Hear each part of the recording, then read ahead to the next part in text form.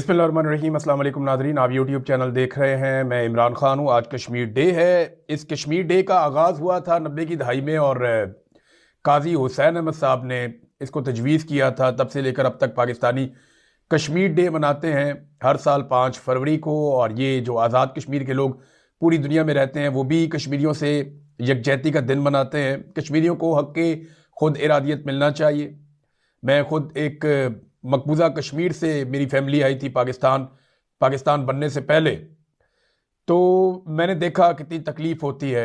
जिस तरह मैंने अपने बुज़ुर्गों को देखा कि वो कश्मीर को याद करते हैं, वो अपनी सरजमीन पे जाना चाहते हैं, वो चाहते हैं वो पाकिस्तान का हिस्सा बने। कायद आज़म रहमतुल्लाह अलैह ने कहा था कि ये पाकिस्तान की शारग है और हमेशा से हमें ये कहा गया कि कश्मीर को ज़रूर आज़ाद करवाया जाएगा। कश्मीरियों की जद्दोजहद को सलाम है, वो लगातार कोशिश करते रहे। उन्होंने अपने हुकूक के लिए भरपूर कोशिश की है और दुनिया को दिखाया कि एक ऐसी तहरीक भी चल सकती है कि दुनिया की इतनी बड़ी ताकत, इतनी बड़ी फौज के मुकाबले में नौजवान खड़े हो सकते हैं, नस्लें की नस्लें खड़ी हो सकती हैं। उन्होंने बहुत कुर्बानियां दी हैं, उनकी कुर्बानियों को बहुत सलाम। और एक दिन इंशाल्लाह वो अपना हक हासिल कर लेंगे। यहाँ वज़ीर आज़म पाकिस्तान ने भी एक पैगाम दिया है कश्मीर के हवाले से। हालांकि पाकिस्तान की एस्टेब्लिशमेंट ने और सियासतदानों ने आमतौर पे कश्मीर का नाम इस्तेमाल किया है लोगों को जज्बाती करने के लिए, एक जज्बाती नारे के तौर पे इस्तेमाल किया और कश्मीरियों के लिए अमली तौर पे इकदामात नहीं किए। शहबाज शरीफ का एक पैगाम आया कि बाबा कौम ने कश्मीर को पाकिस्तान की शाहरग करार दिया।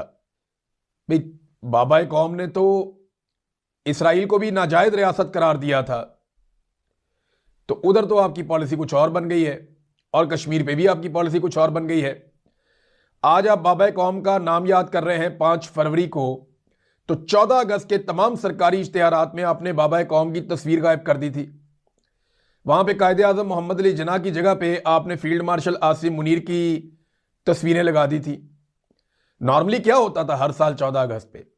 होता यह था कि वजीर आजम की तस्वीर लग जाती थी, किसी वजीर आला की लग जाती थी, सियासी लीडरान की तस्वीरों के बाद ऊपर कायदे आजम की और अल्लामा इकबाल रहमतुल्लाह अलैह की तस्वीर लग जाती थी। लेकिन इस मरतबा कायदे आजम और अल्लामा इकबाल रहमतुल्लाह अलैह की तस्वीर हटा के फील्ड मार्शल रहमतुल्लाह अलैह की तस्वीर लगा दी गई। तो ये इन्होंने किया इस दफा। तो 14 अगस्त पे अब ये कायदे आजम का भी नाम ही बेचते हैं ना ये, और क्या करते हैं? कायदे आजम के फरमुदात को मानते नहीं, जो कायदे आजम ने रास्ता दिखाया उस पर ये चलते नहीं। जो मुल्क कायदे आजम ने जिस मकसद के लिए बनाया, इनकी लुटमार के लिए तो नहीं बनाया था मुल्क, कि मुल्क का सौदा बेची जाओ, हर चीज मुल्क की बेच दो, मादनियात उसको बेच दो, जमीन उसको बेच दो, अजनास उसको बेच दो, खुद मुख्तारी उसको बेच दो, हथियार उसको बेच दो, फलां चीज इसको दे दो, हमारे फैसले गैर मुल्की करेंगे। इसलिए तो पाकिस्तान नहीं बना था।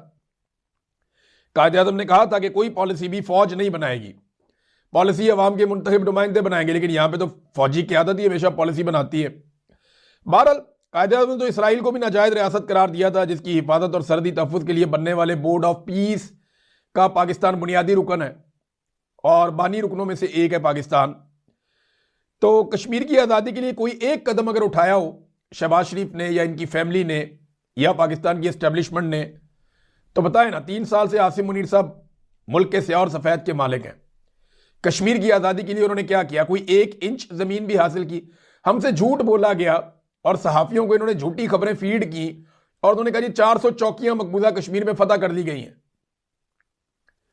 बाद में पता चला 4 इंच भी फतह नहीं हुए। 400 चौकियों की कहानी इन्होंने कौम को सुना दी उस वक्त। तो इमरान खान साहब ने एक सख्त पोजीशन ली थी अपने दौरे हुकूमत में। हालांकि उनको बहुत थोड़ा सा टाइम मिला, इनको तो कई दहाइयां मिल गई पाकिस्तान पे। ये तो 40 साल से हुक्मरानी कर रहे हैं, उसको 4 साल भी पूरे नहीं मिले। लेकिन उसने एक सख्त एक स्टांस लिया था, एक पोजीशन ली थी। लेकिन ये उस पोजीशन से भी पीछे भाग गए और हमने ये भागते हुए इनको देखा। अब आए नाजरीन, एक प्रोपेगेंडा किया गया था, ऐसा तो दुश्मन भी नहीं करते जैसा प्रोपेगेंडा शेर अफजल मरवत ने और मिसाल यूसुफजई ने किया। वो इमरान खान की बहनों पे अटैक ही कर दिया, बल्कि उनको एक तरह का चोर ही डिक्लेयर कर दिया, या कोशिश की कि उनको भी उठा के जेल के अंदर डाल दो।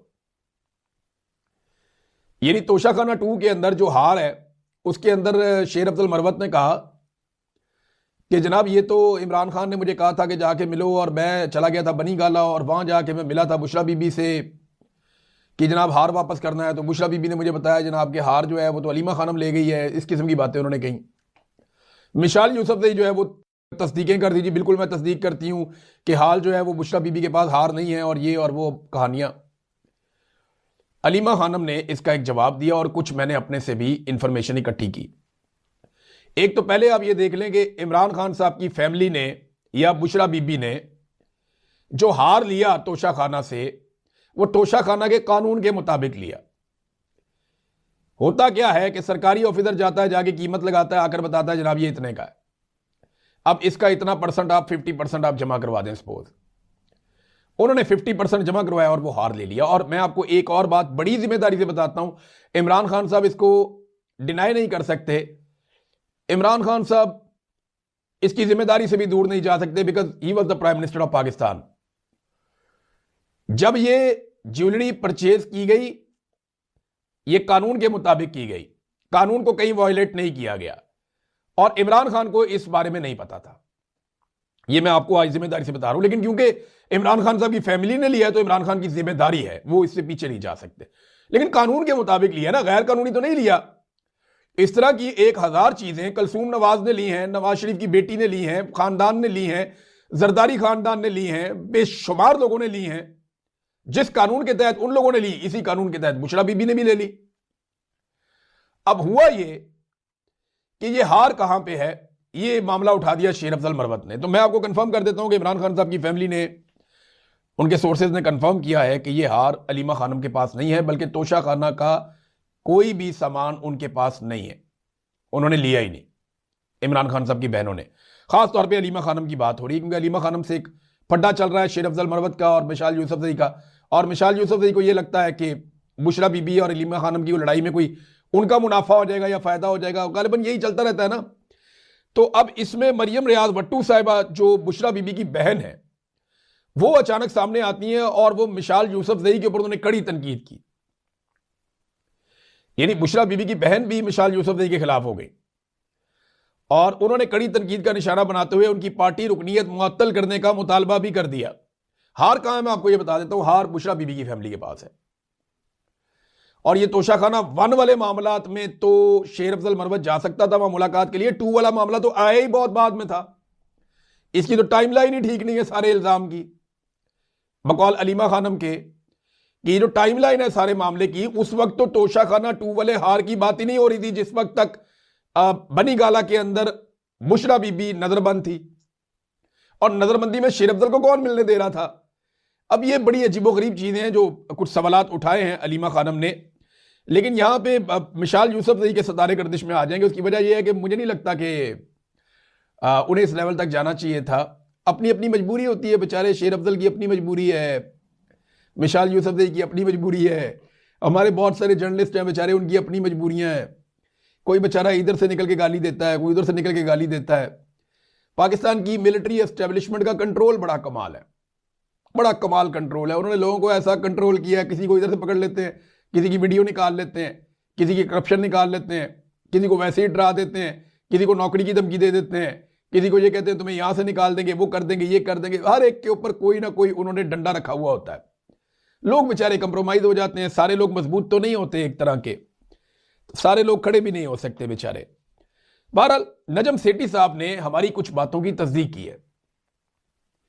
ये बातें गौर से सुनिएगा। ये बातें वो नजम सेठी कर रहे हैं जो नवाज शरीफ के, यानी शरीफों के, जरदारियों के और आसिम के, सबके, आसिम मुनीर के सबके करीब है।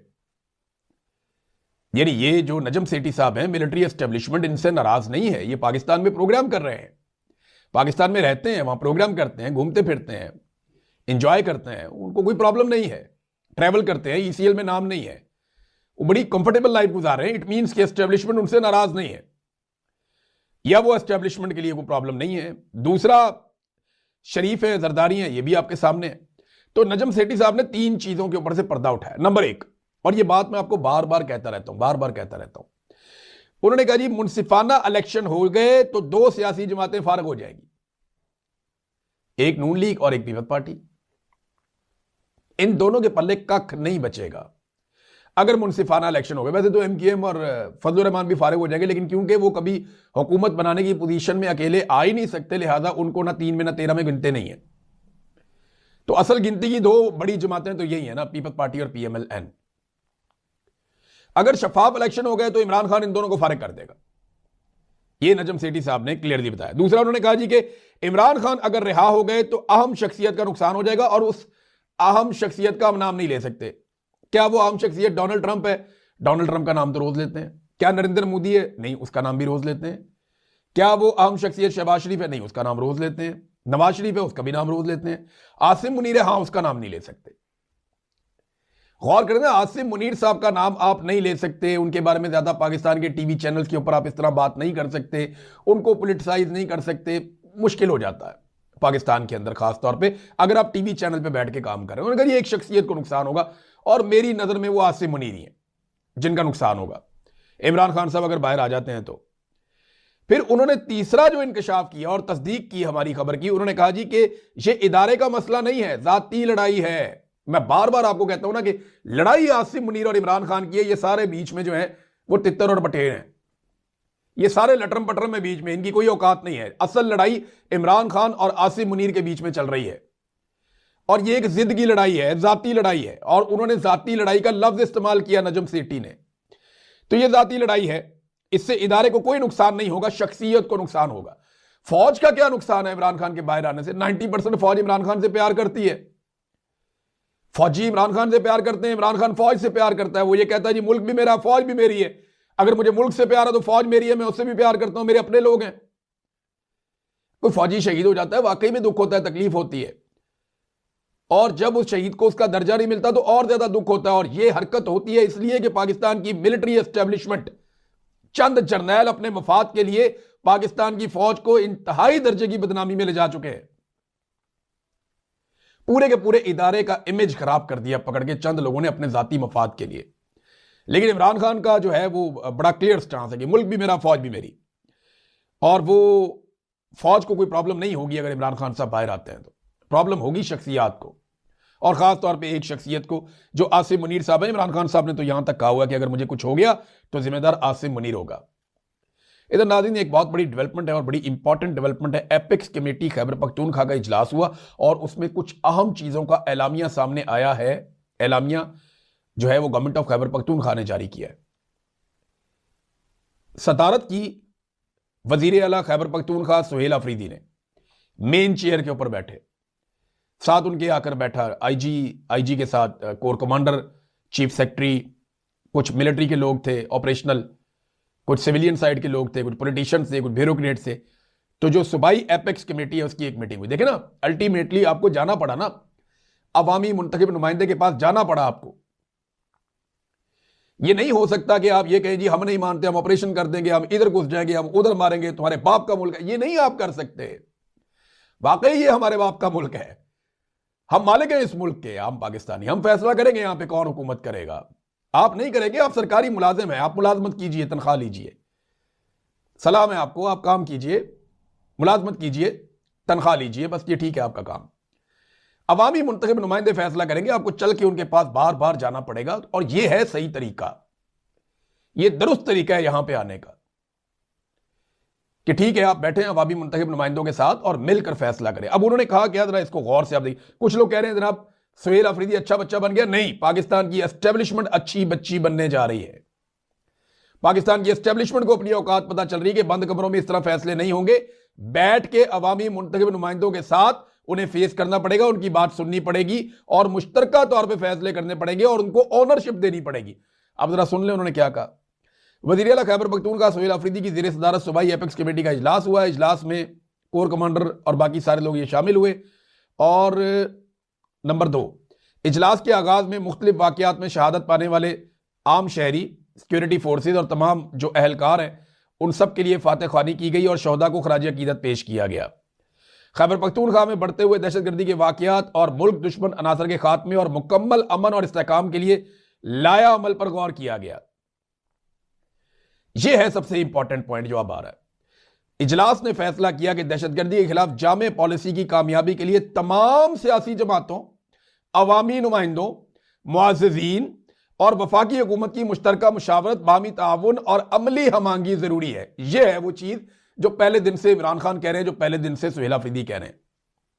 आज सबने इत्तफाक किया ना कि भाई जो अवामी नुमाइंदे हैं उनके साथ बैठो, बैठ के बात करो, कबायली अबायदीन के साथ बैठो, जो इलाके के मुआज़्ज़िज़ीन हैं उनके साथ बैठो, दहशतगर्दी कैसे ख़त्म करनी है इसके ऊपर बातचीत करो, मुश्तरका लाएअमल बनाओ, सबको एतमाद में लो, किसी को कोई धोखा नहीं देगा, कोई किसी जगह पे कब्जा नहीं करेगा, कोई किसी का हक नहीं मारेगा, कोई झूठ मूठ का ऑपरेशन नहीं होगा, कोई गुड तालिबान बैड तालिबान नहीं होंगे, हम जो कह देंगे सारे मिलकर उस पर पैरा देंगे, दहशतगर्दी खत्म हो जाएगी। ये है तरीका।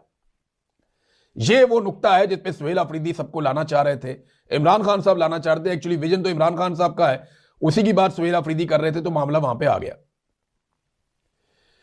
फिर जनाब ये भी इरादा किया गया कि खैबर पख्तूनख्वा की हुकूमत यानी कमांड उनके पास है, अपने तमाम वसाइल बशमूल फौज, पुलिस, CDD और दीगर इदारों को इस्तेमाल करते हुए किसी कुर्बानी से दरेक नहीं करेगी, दहशतगर्दी को खत्म किया जाएगा, दहशतगर्दी के तमाम मुहर्रिकात की निशानदेही, उनका खात्मा और उसके नतीजे में अवामी एतमाद की बहाली को यकीनी बनाया जाएगा एक हिकमत अमली के जरिए से, ताकि हुकूमत और अवाम यकजा होकर, अवाम को शामिल करना पड़ता है ना आपको, अवाम के बगैर तो आप ऑपरेशन नहीं कर सकते।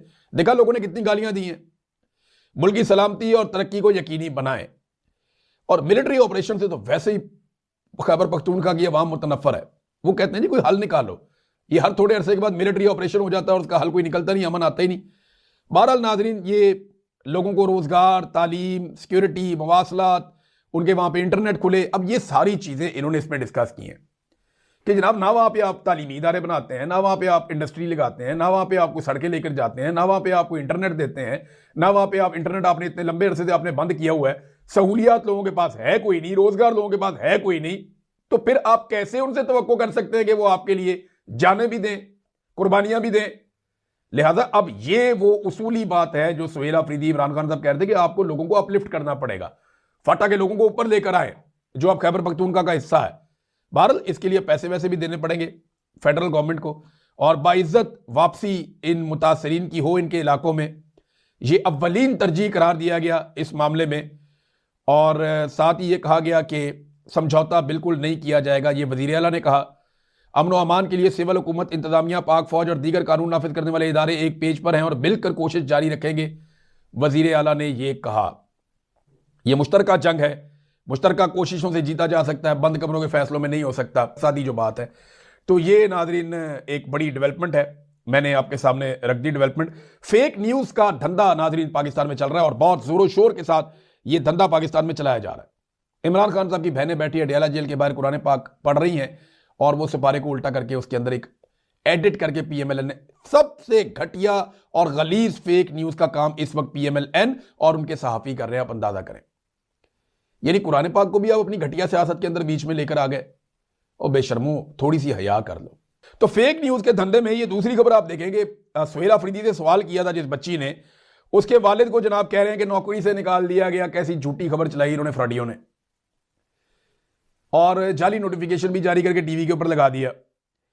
यानी लोगों को ना शऊर है, लोगों को पता है कि झूठी खबर है, लोगों ने 5 मिनट में पकड़ ली। इसीलिए तो ये लोग शऊर से नफरत करते हैं, कहते हैं बिरयानी खाओ, खद्दा खाओ और शऊर को भूल जाओ, पेट भरो, बस हम तुम्हें रोटी देंगे और तुम हमारे नारे लगाते जाओ, शऊर को भूल जाओ। मैंने नवाज शरीफ साहब से एक सवाल किया था, मुझे याद है अच्छी तरह, और मुझे जनाब वहां से नौकरी से निकलवा दिया। एक दफा ख्वाजा साद रफीक मेरे दफ्तर आके बैठ गए मेरी शिकायत लगाने के लिए, फाद हुसैन डायरेक्टर न्यूज थे, तब मेरे ऊपर बहुत बुरा वक्त आया। एक दफा परवेज रशीद साहब आकर दफ्तर पे बैठ गए, उन्होंने जनाब मेरी नौकरी खराब कर दी। मैंने सवाल ही पूछा था ना और क्या किया था, तब भी फाद हुसैन था डायरेक्टर न्यूज, बाद में पता चला वो भी PMLN का साथी है। और मैं बार बार ये देखता रहा, यानी जब जब मैंने खबर दी इनके खिलाफ। एक दिन मैंने सवाल कर लिया नवाज शरीफ से 2013 में जब ये वजीर आजम बने, तो मेरे ऊपर 5 साल तक के लिए परवेज रशीद ने सरकारी इदारों में दाखिले पे पाबंदी लगा दी थी। और आज ये प्रोपेगेंडा कर रहे हैं सुहेल अफरीदी ने उस बच्ची के बारे में कुछ भी नहीं कहा, कुछ भी नहीं किया, ऐसी कोई बात ही नहीं है। नाज़रीन, मुल्क के अंदर लापता अफराद की जो तादाद है वो 10,806 तक पहुंच गई है। 10,806 ये लापता अफराद की तादाद है। अब मौलवी जो है ना, हमारे सरकारी मौलवी, बजाय उन्हें बाजियाब करवाने के लिए कोई जिद्दोजहद करें, कोई तहरीक चलाएं, कोई फतवा दें, कोई बात करें, जबरी गुमशुदगियों के खिलाफ फतवा देने की बजाय मौलवी फतवा दे रहे हैं कि उनकी बीवियां दूसरी शादी कितने अरसे बाद कर सकती हैं। फटे मुंह यार ताड़े ते भी, बजाय इसके कि मजलूम के साथ खड़े हो जाओ। पाकिस्तान में कोई बंदा अपनी मर्जी से लापता नहीं हो रहा। पाकिस्तान के अंदर पाकिस्तान के इदारे जबरी तौर पे गुमशुदा कर देते हैं किसी इंसान को। जब जबरी तौर पे से गुमशुदा कर दिया तो बजाय इसके कि आप उसको बोलेंगे यार ये गैर कानूनी, गैर आईनी, गैर इंसानी, गैर इस्लामी हरकत है, इस बंदे को छोड़ो, बजाय ये करने के उसकी बीवी को मशवरा दे रहे हैं गायब होने वाले कि तू दूसरी शादी कर ले। ये हमारे मौलवी है जनाब, फतवे देने के अंदर महारत रखते हैं और हमारी हुकूमत ऐसी है कि वो तवज्जो भटकाने के लिए कुछ भी कर सकती है। आजकल मेले ठेलों के अंदर जा रही है, अभी बसंत आ जाएगी, PSL आ जाएगा, ये आ जाएगा, वो आ जाएगा, हम ये दिखाएंगे, वो दिखाएंगे, लेकिन याद रखें ये उल्टे लटक जाए, सीधे लटक जाए, कुछ भी कर लें, ये लोगों के दिलों से इस वक्त इमरान खान को नहीं निकाल सकते। लोगों की वो जिद बन गया, लोगों ने उसको एक दफा इनके सर के ऊपर मुसल्लत करना ही करना, ये जो मर्जी कर लें। लोग जिद में आ गए, एस्टेब्लिशमेंट के खिलाफ हो गए लोग, अब बात नहीं सुनते। वो इमरान खान साहब खुद कुछ ना करें ना, कोई गलती ना करें तो पाकिस्तानी अवाम पीछे नहीं हटती, जो मुझे नजर आ रहा है। हाँ ये जरूर है कि लोग खड़े नहीं हो रहे, बाहर नहीं निकल रहे, बड़ी तादाद के अंदर जो उन्हें करने के लिए इमरान खान ने कहा वो नहीं कर रहे, लेकिन वो दिल से इमरान खान के साथ खड़े और उन्होंने बार बार साबित किया है। ये 8 फरवरी का जो इलेक्शन था वो इसकी एक बहुत बड़ी गवाही था। आप आज इलेक्शन करवा लें, नजम सिटी ने कह दिया, आप जब इलेक्शन कराएंगे नतीजा यही आएगा। नाजरीन, सोहराब बरकत साहब के हवाले से, अरशद शरीफ साहब के केस के हवाले से, दोनों मामलात के हवाले से कमेटी टू प्रोटेक्ट जर्नलिस्ट उन्होंने आवाज़ उठाई है। जो अरशद शरीफ साहब के केस के अंदर किया गया कि इंसाफ का कत्ल कर दिया गया, और जो सोहराब बरकत साहब को बिल्कुल बेल दी नहीं जा रही, ये बहुत बड़ा जुल्म है, ये ज्यादती हो रही है। आप सबसे गुजारिश है इसके लिए आवाज़ उठाएं। हम इसके ऊपर कोशिश करते हैं, एक लाएमल बनाते हैं और कोई एक नई कंपेन शुरू करते हैं। आप सब उसका हिस्सा बनिए।